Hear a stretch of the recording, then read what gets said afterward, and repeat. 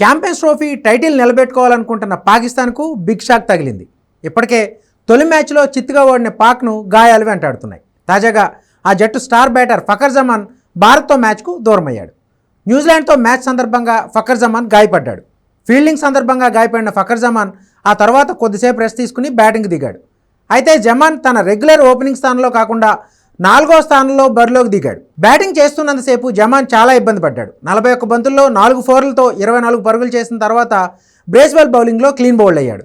జమాన్ ఛాతీలో కండరాల నొప్పితో బాధపడుతున్నట్టు Pakistan cricket board వెల్లడించింది.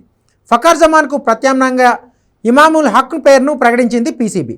ఫఖర్ స్థానంలో అతను బరిలోకి దిగుతాడని పేర్కొంది. అయితే జమాన్ భారత్తో మ్యాచ్కు మాత్రమే దూరంగా ఉంటాడా లేక టోర్నీ మొత్తానికి దూరమయ్యాడా అన్న విషయంపై క్లారిటీ లేదు.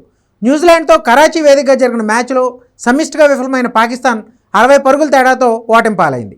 29 ఏళ్ల సుదీర్ఘ నిరీక్షణ తర్వాత ఐసీసీ టోర్నీకి ఆతిథ్యమిస్తున్న పాకిస్తాన్ అనూహ్య పరాజయంతో తన ఫ్యాన్స్ను తీవ్రంగా నిరాశపరిచింది. ఈ ఘోర పరాజయం పాకిస్తాన్ సెమీస్ అవకాశాలను కాస్త సంక్లిష్టంగా మార్చింది. ఈ మ్యాచ్లో ఓడినా పాకిస్తాన్కు సెమీస్ అవకాశాలు ఇంకా సజీవంగానే ఉన్నాయి. ముందుగా బ్యాటింగ్ చేసిన న్యూజిలాండ్ 50 ఓవర్లో 4 వికెట్లకు 330 పరుగులు చేసింది. విల్ యంగ్, టామ్ లాథమ్ సెంచరీలతో రాణించారు. గ్లెన్ ఫిలిప్స్ హాఫ్ సెంచరీ చేశాడు. ఆరంభంలో రాణించిన పాక్ బౌలర్లు చివరిలో చేతులెత్తేశారు.